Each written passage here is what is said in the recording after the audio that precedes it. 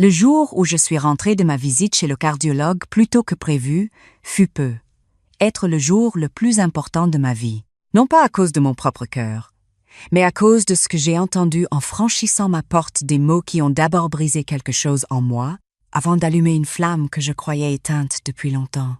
Je me présente. Hélène, 70 ans, veuve depuis 3 ans, ancienne pharmacienne. Installée dans notre maison de famille en Périgord depuis plus de 30 années. Une belle bâtisse en pierre dorée, entourée de chênes et de lavandes, que mon mari et moi avions achetée au début de notre mariage quand personne ne voulait encore de ces vieilles pierres. Les temps ont changé. Le Périgord est devenu une région prisée. Et notre maison, que nous avions retapée de nos mains avec un budget modeste, vaut aujourd'hui bien plus que nous aurions pu l'imaginer. Après le décès de mon mari, j'ai naturellement accueilli mon fils Clément chez moi. Il avait alors 43 ans et vivait avec l'épilepsie depuis l'adolescence. Une forme bien contrôlée par le traitement. Ne vous méprenez pas, il travaille 3 jours par semaine dans un ESAT de Périgueux où il s'occupe de l'atelier bois avec une patience et une précision qui font l'admiration de toute l'équipe. Mais il lui faut de la stabilité. Une présence connue, un environnement rassurant. Je lui offrais cela, et il m'offrait en retour une raison de me lever chaque matin avec le sourire. Mon autre fils, Benjamin, a épousé Nathalie il y a 10 ans. Ils vivent à Bordeaux avec leurs 2 filles, des enfants vives et adorables que j'aime de tout mon cœur. Nathalie est comptable dans un cabinet privé, efficace, organisée, souriante en surface. Je pensais la connaître. Ce jeudi de novembre, tout a basculé sans prévenir. Le docteur Arnaud avait expédié ma consultation en 20 minutes. Mes résultats étaient bons, rien à signaler. Normalement, j'avais prévu de passer ensuite chez une amie proche pour le déjeuner, mais elle m'avait envoyé un message en dernière minute pour annuler. Je me suis donc retrouvée à rentrer à la maison en milieu de matinée, 1h30 avant l'heure habituelle. En tournant dans l'allée, j'ai reconnu la voiture de ma belle-fille garée devant le portail. Elle passait parfois pendant ses jours de télétravail, prétextant vouloir voir Clément ou m'apporter quelque chose. J'ai souri en pensant que j'allais peu être déjeuner en sa compagnie. J'ai ouvert la porte d'entrée doucement, pour ne pas faire de bruit au cas où Clément ferait sa sieste du matin. C'est alors que j'ai entendu sa voix depuis la cuisine. Elle parlait au téléphone, le ton posé mais ferme, avec cette assurance qu'elle avait toujours quand elle pensait ne pas être entendue. « Non, mais il faut que tu comprennes la situation. Cette maison vaut au minimum 900 000 € aujourd'hui, probablement plus si on attend encore un peu. Et tant qu'Hélène s'entête à garder Clément avec elle, on ne peut rien faire. » Il y a eu un silence. Puis, ce n'est pas de la mauvaise volonté, c'est du réalisme. Il a besoin d'une structure adaptée. Il ne peut pas rester seul si elle tombe malade ou si elle disparaît. Et franchement, plus tôt ils comprennent ça, mieux ce sera pour tout le monde. Pour lui, pour elle et pour nous. Je me suis figée dans l'entrée, la main encore sur la poignée de la porte. Mon cœur s'est mis à battre d'une façon étrange. Ni rapide, ni lente, mais lourde, comme si chaque pulsation pesait davantage que la précédente. Benjamin est d'accord sur le principe. Il faut juste trouver le bon moment pour en parler à sa mère. Elle est attachée à Clément, c'est normal. Mais cet attachement lui coûtera cher si elle ne prend pas les bonnes décisions maintenant. Ils ont les moyens de lui offrir un très bon établissement avec cet argent-là. Et nous, on pourrait enfin. Elle n'a pas terminé sa phrase. Elle a entendu quelque chose peut être le grincement du parquet et a rapidement murmuré « Je te rappelle plus tard ». Je me suis reculée silencieusement et je suis ressortie par la porte de derrière, le souffle court, les jambes légèrement tremblantes. J'ai contourné la maison par le côté et je suis entrée par la porte du jardin en appelant comme si je venais d'arriver. « Clément ? Je suis là, mon chéri ». Il est sorti de son atelier au fond du jardin, avec ses lunettes de protection sur le front et un morceau de bois dans la main, le visage illuminé comme chaque fois qu'il me voyait rentrer. « Maman, tu es déjà là ?» La consultation s'est bien passée ? Très bien. Tout va bien pour le cœur. Alors on fait ça ? Il a souri de ce grand sourire qui ressemblait tant à celui de son père. Ma belle-fille est apparue sur le seuil de la porte arrière. Son téléphone glissait dans sa poche, l'air parfaitement naturel. « Hélène, je ne vous attendais pas si tôt. Votre rendez-vous s'est raccourci ?» Oui, le docteur était en avance sur son planning. « Tout va bien ? Très bien, merci. Vous restez déjeuner? Elle a décliné avec un sourire, prétexté un appel de travail imminent, et elle est repartie peu après. Je l'ai regardée monter dans sa voiture depuis la fenêtre du salon. Une femme bien habillée, sûre d'elle, qui venait de calculer l'avenir de mon fils dans ma propre cuisine. Ce soir-là, Clément et moi avons dîné ensemble comme d'habitude.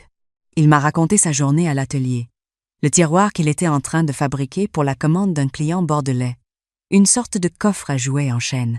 Il parlait avec ses mains, mimant les gestes du rabot, les yeux brillants. À un moment, il s'est arrêté et m'a regardé d'une façon particulière. « Maman, est-ce que Nathalie t'a parlé de quelque chose aujourd'hui ?» La question m'a traversée comme un courant froid. « Non, pourquoi ?»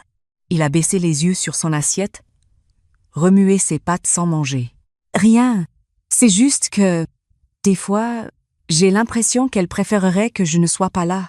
Quand elle vient, elle ne me parle presque pas. » Et une fois, j'ai entendu Benjamin au téléphone parler d'une résidence spécialisée. Il ne savait pas que j'étais dans le couloir. Le silence entre nous a duré plusieurs secondes. J'ai posé ma fourchette. J'ai pris sa main dans la mienne. « Clément, tu m'écoutes ?» Il a levé les yeux. « Personne ne te mettra nulle part sans ta permission et sans la mienne. Cette maison, c'est ta maison. Et moi, je ne vais nulle part. » Il a souri. Pas totalement rassuré, mais soulagé d'avoir dit ce qu'il avait sur le cœur. Moi, derrière ce sourire que je lui offrais, j'avais pris ma décision. Les nuits qui ont suivi ont été agitées. Je repensais aux années passées. Combien de fois ma belle-fille avait-elle dit des choses que j'avais mises sur le compte de la maladresse? Clément occupe tellement de place dans votre vie, Hélène. Vous ne pensez pas que vous méritez un peu de liberté à votre âge? Ou encore cette phrase lancée lors d'un repas de Noël en aparté, que j'avais fait semblant de ne pas entendre, avec sa condition. C'est quand même difficile pour les filles de le voir comme un adulte normal. Je les avais toutes rangées dans une boîte mentale intitulée « Maladresse » et j'avais fermé le couvercle. Ce couvercle venait de sauter. Le dimanche suivant, Benjamin et Nathalie sont venus déjeuner avec les filles. L'atmosphère était apparemment joyeuse. Clément avait préparé une tarte aux noix, une spécialité qu'il maîtrisait parfaitement depuis des années. Ma petite fille aînée, Chloé, 10 ans, l'avait aidé en mesurant les ingrédients avec sérieux, la langue légèrement sortie en signe de concentration. C'était un moment doux, naturel, évident. Puis j'ai observé ma belle-fille. Quand Clément a raté son verre d'eau rien, une simple maladresse de table, elle a soupiré imperceptiblement et échangé un regard avec Benjamin. Un regard bref, mais éloquent. Quand Chloé a demandé à son oncle de lui expliquer comment il faisait les joints de bois dans son atelier, Nathalie a coupé court. « On va pas embêter tonton avec ça, ma chérie. » Clément n'avait pas eu l'air embêté. Il avait eu l'air déçu. Après le dessert, pendant que les filles jouaient dans le jardin, j'ai entendu Benjamin et Nathalie discuter à voix basse dans le couloir. Je rangeais les restes du repas dans la cuisine adjacente. « Il faut vraiment qu'on lui parle, » disait Nathalie. « La conjoncture immobilière est bonne en ce moment. Si on attend trop, le marché peut se retourner. »« Elle n'est pas prête, » répondait Benjamin. « Elle ne sera jamais prête d'elle-même. C'est à nous d'ouvrir la conversation. » On lui présente ça comme une évidence. Clément dans un cadre adapté, elle dans un appartement plus facile à gérer et l'argent de la vente bien placé. On peut même proposer de l'aider à gérer les investissements. Et si elle refuse? Elle ne refusera pas si on lui explique bien que c'est pour Clément. C'est son point faible. Son point faible. Aimer mon fils était mon point faible. Benjamin a hésité encore quelques secondes, puis j'ai entendu. « D'accord. On lui parle avant la fin de l'année. » Je suis retournée dans le jardin, le cœur serré mais la tête parfaitement claire. Clément construisait une tour avec des petits cailloux du chemin pour amuser la cadette. Sa patience infinie avec les enfants, sa joie simple et sincère, contrastait avec une douleur que je ne pouvais plus ignorer. Le lundi matin, j'ai appelé Maître Fontaine, le notaire de la famille depuis 20 ans. « Maître, j'aimerais vous voir rapidement. J'ai des décisions importantes à prendre concernant ma succession et la protection de mon fils. » Il m'a reçu dès le mercredi. Je lui ai exposé la situation sans entrer dans les détails les plus blessants. Il m'a écouté avec l'attention grave qui le caractérisait. Vous souhaitez donc vous assurer que Clément ne puisse jamais être éloigné de force ni dépossédé, quoi qu'il arrive? Exactement. Et je veux que personne d'autre n'ait de levier sur les décisions qui le concernent. Avez-vous pensé à une donation avec réserve d'usufruit? Ou mieux encore, à la création d'une SCI familiale? Nous avons parlé pendant 2 heures. Les outils existaient. Ce qui n'existait pas encore, c'était un endroit qui ressemblerait vraiment à une maison pour Clément, pas un établissement médical froid, pas un couloir de porte identique sentant le désinfectant. Quelque chose de vivant, de chaleureux, de digne. C'est en rentrant que l'idée m'est venue, en passant devant une vieille ferme périgourdine à la vente depuis des mois, que je connaissais bien pour l'avoir regardée chaque semaine. 3 hectares, 7 chambres, une grande grange reconvertible, un jardin en friche mais plein de promesses. Elle était affichée à 400 000 €. Avec le produit de la vente de ma maison, estimé entre 900 000 et 1 million d'euros selon 3 agents différents, j'avais amplement de quoi faire. J'ai demandé à visiter dès le lendemain. La ferme s'appelait La Charmée. Elle sentait la pierre chaude, la vieille poutre et le lierre.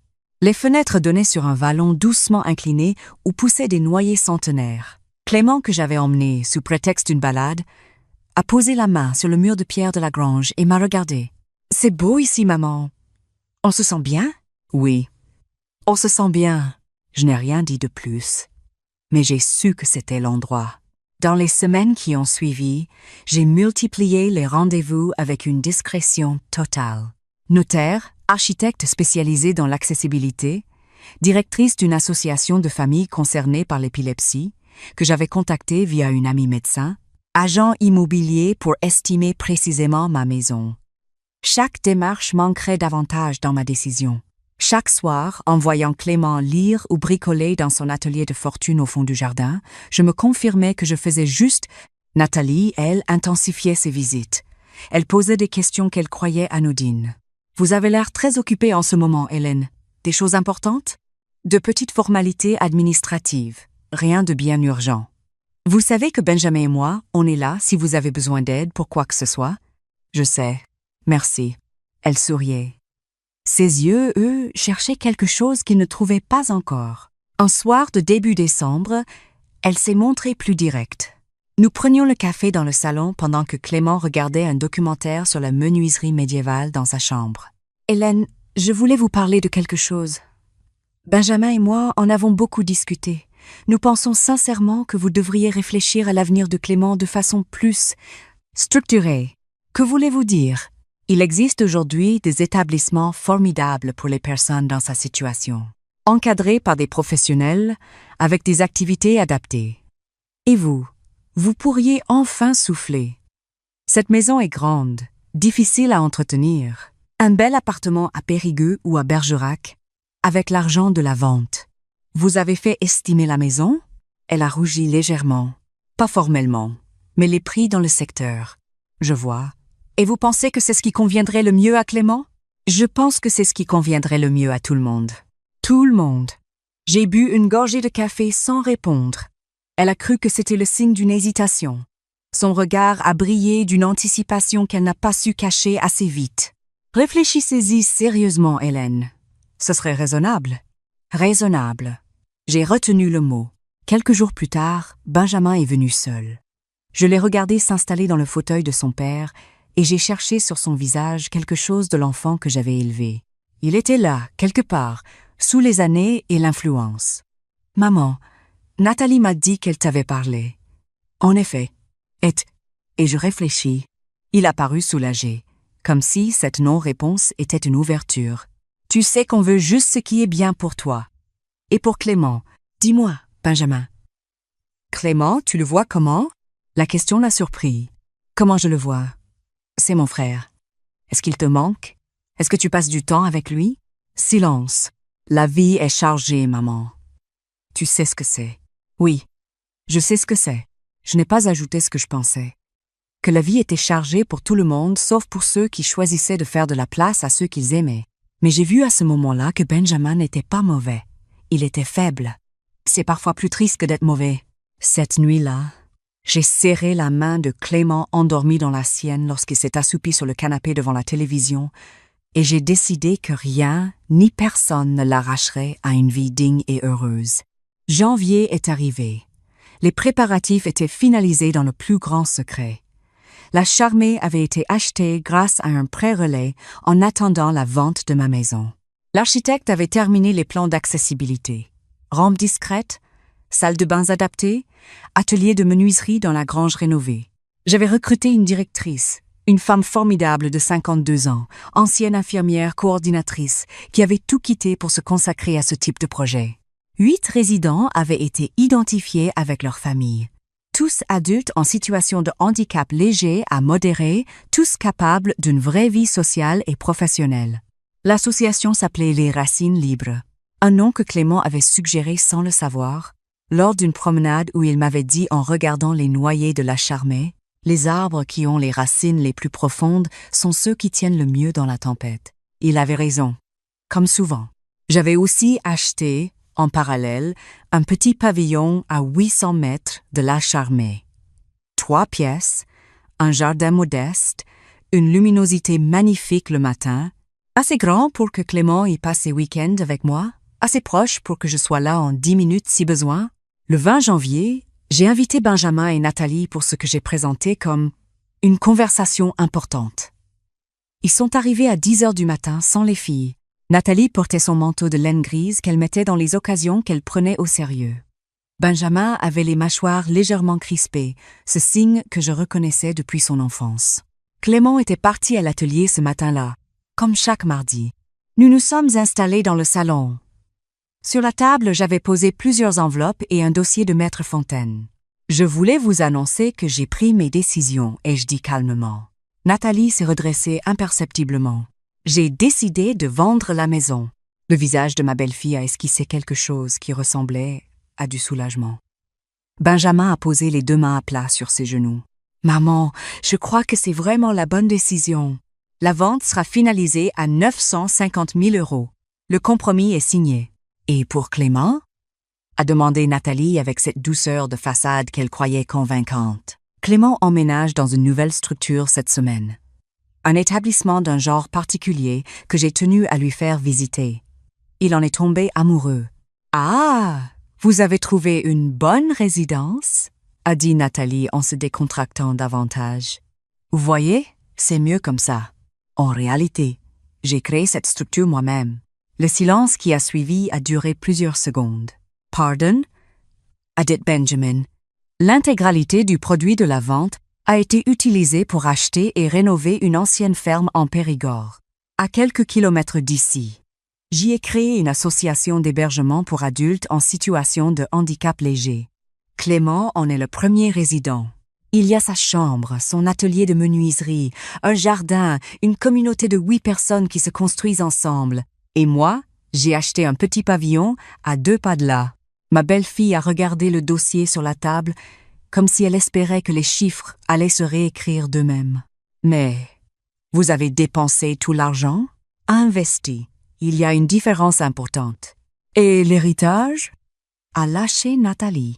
Le mot avait jailli avant qu'elle ait pu le retenir. Elle l'a senti aussitôt. Elle a tenté de se rattraper. Je veux dire, votre avenir à vous, votre sécurité. Ma sécurité est assurée. Mon appartement est payé, j'ai ma retraite et mes économies. Et j'ai quelque chose de beaucoup plus précieux qu'un compte bien garni.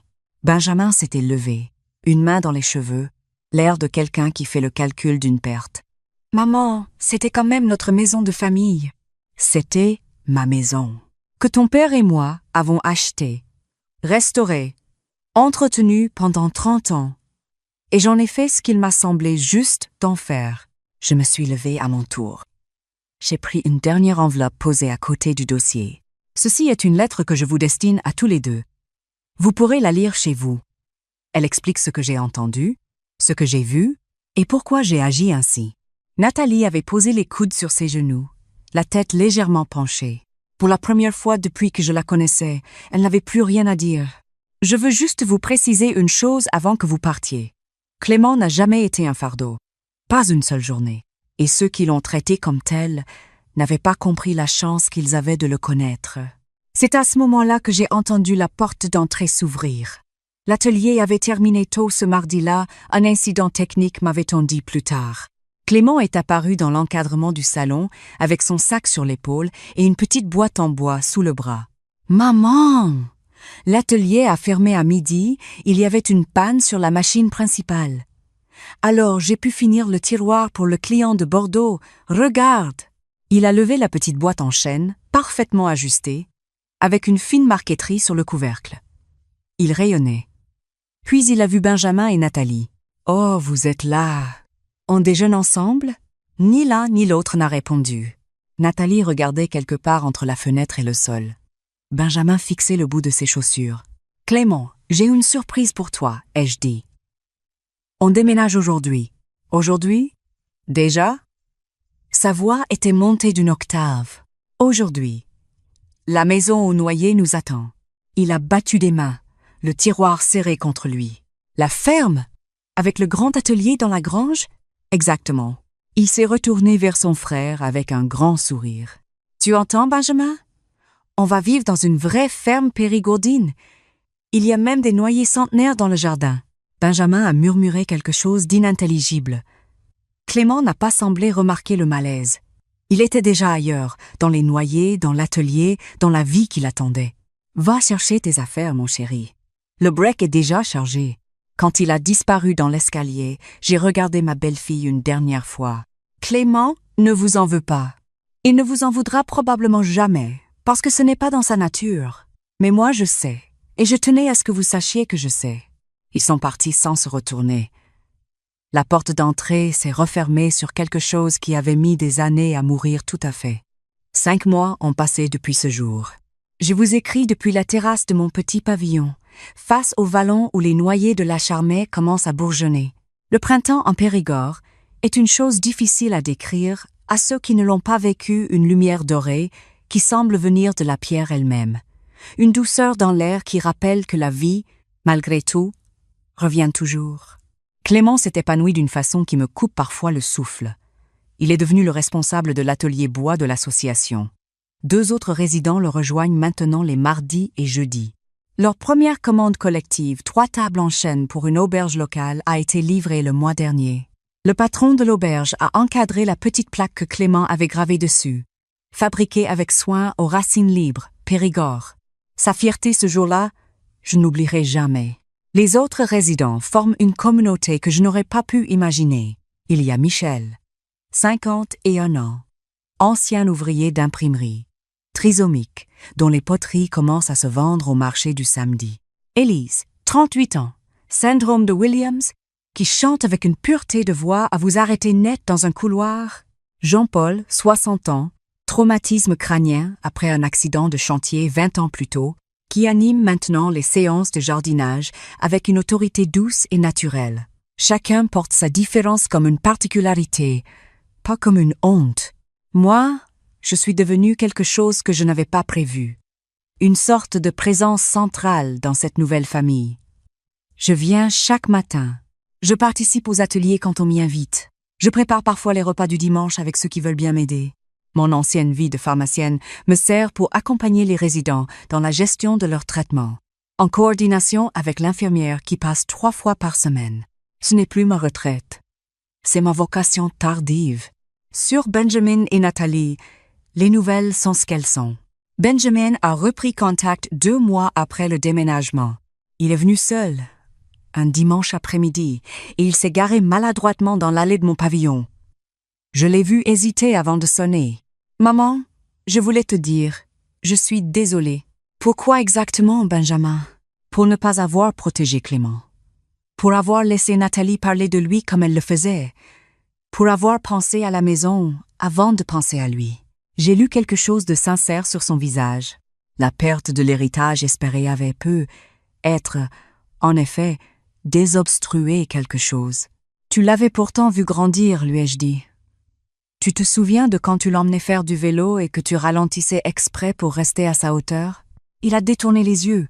Les siens étaient brillants. Nathalie m'a convaincu que c'était du sacrifice de ta part, qu'au fond tu souffrais de cette vie. Et toi, tu l'as cru parce que c'était plus commode que de me poser la question directement. Oui, nous avons parlé longtemps ce dimanche-là. La première vraie conversation depuis des années. Il m'a avoué des choses sur leur couple que je n'avais pas soupçonnées. Une pression constante, une vision du monde fondée sur l'accumulation, une façon de mesurer les gens à leur utilité. Il n'excusait rien, il nommait les choses. Benjamin revient maintenant voir Clément à la Charmée presque tous les 15 jours. Chloé, ma petite fille, a demandé à apprendre la marqueterie. Clément lui apprend avec une patience infinie, guidant ses petits doigts sur le bois avec des mots simples et précis. Elle l'appelle tonton. Et elle le dit avec la même intonation naturelle qu'elle dirait le nom d'un arbre ou d'une couleur, sans après, sans condescendance, avec juste cette évidence que les enfants ont parfois et que les adultes perdent en chemin. Nathalie, elle, a disparu de nos vies. Thomas me dit qu'elle avait très mal vécu ce qu'elle appelle encore, paraît-il, une injustice. Elle a consulté un avocat pour vérifier si la donation était contestable. L'avocat lui a expliqué qu'il n'y avait rien à contester. J'avais agi de mon plein gré, en pleine capacité juridique dans les règles. La vie continue pour elle d'une façon que je ne cherche pas à imaginer. Je lui souhaite sincèrement de trouver un jour quelque chose qui vaille plus que ce qu'elle a cherché à obtenir. La semaine dernière, une femme d'une 50aine d'années s'est présentée à la Charmée. Elle avait entendu parler de nous par le bouche à oreille. Elle avait une fille de 29 ans, porteuse d'une trisomie partielle, qui vivait encore avec elle et pour qui elle se rongeait les sangs depuis des années. Je ne sais pas ce qui se passera quand je ne serai plus là, m'a-t-elle dit. Je n'arrive pas à y penser sans panique. Je lui ai pris les mains. Elle deviendra ce qu'elle est déjà. Quelqu'un de complet, avec ses propres ressources, dans un endroit où elles seront reconnues. Elle a pleuré un peu. Nous avons parlé longtemps. Sa fille visite la Charmée la semaine prochaine. Hier soir, Clément et moi avons dîné ensemble sur la terrasse de mon pavillon. Il m'a apporté un petit coffret qu'il avait fabriqué à l'atelier pendant ses heures libres en bois de noyer, avec mon prénom gravé sur le couvercle d'une écriture hésitante mais appliquée. C'est pour que tu ranges tes bagues et tes trucs importants, maman. Je les serrai contre moi pour être un peu plus fort que d'habitude. Maman, tu crois que papa aurait aimé la Charmée? J'ai pensé à mon mari, à ses mains de bricoleur maladroit et enthousiaste, à sa façon d'appeler Clément mon architecte, parce qu'à 6 ans, il dessinait des plans de maisons imaginaires sur des feuilles de cahier. Il aurait demandé à travailler dans l'atelier bois avec toi, mon chéri, et il t'aurait rendu fou avec ses questions. Clément a ri de ce rire généreux qui ressemble à aucun autre. Je lui aurais appris, moi. Je sais que tu l'aurais fait. À 70 ans, j'ai appris que ce qu'on appelle raisonnable n'est pas toujours ce qui est juste. Qu'une grande maison peut être plus vide qu'une petite chambre pleine d'amour. Que l'héritage le plus durable n'est jamais celui qu'on compte, mais celui qu'on construit. J'ai échangé des murs contre des liens. J'ai troqué des silences polis contre des conversations vraies. J'ai transformé une peur de l'avenir en un avenir qui m'appartient, à moi et à ceux que j'aime. Et chaque matin, quand je traverse à pied les 800 mètres qui séparent mon pavillon de la Charmée, quand j'entends déjà depuis le chemin le bruit du rabot de Clément dans la grange et les voix des résidents qui se saluent dans la cour, je sais avec une certitude absolue que j'ai fait le bon choix. L'argent aurait fini dans des mains qui n'en avaient pas besoin. La vie, elle, ne se redistribue pas. Il faut la vivre maintenant, pleinement, avec ceux qui la méritent. Si cette histoire vous a touché le cœur, laissez votre like, abonnez-vous à la chaîne pour ne pas manquer les prochains récits. Et dites-moi en commentaire de quelle ville êtes-vous. Et à ma place, qu'auriez-vous fait?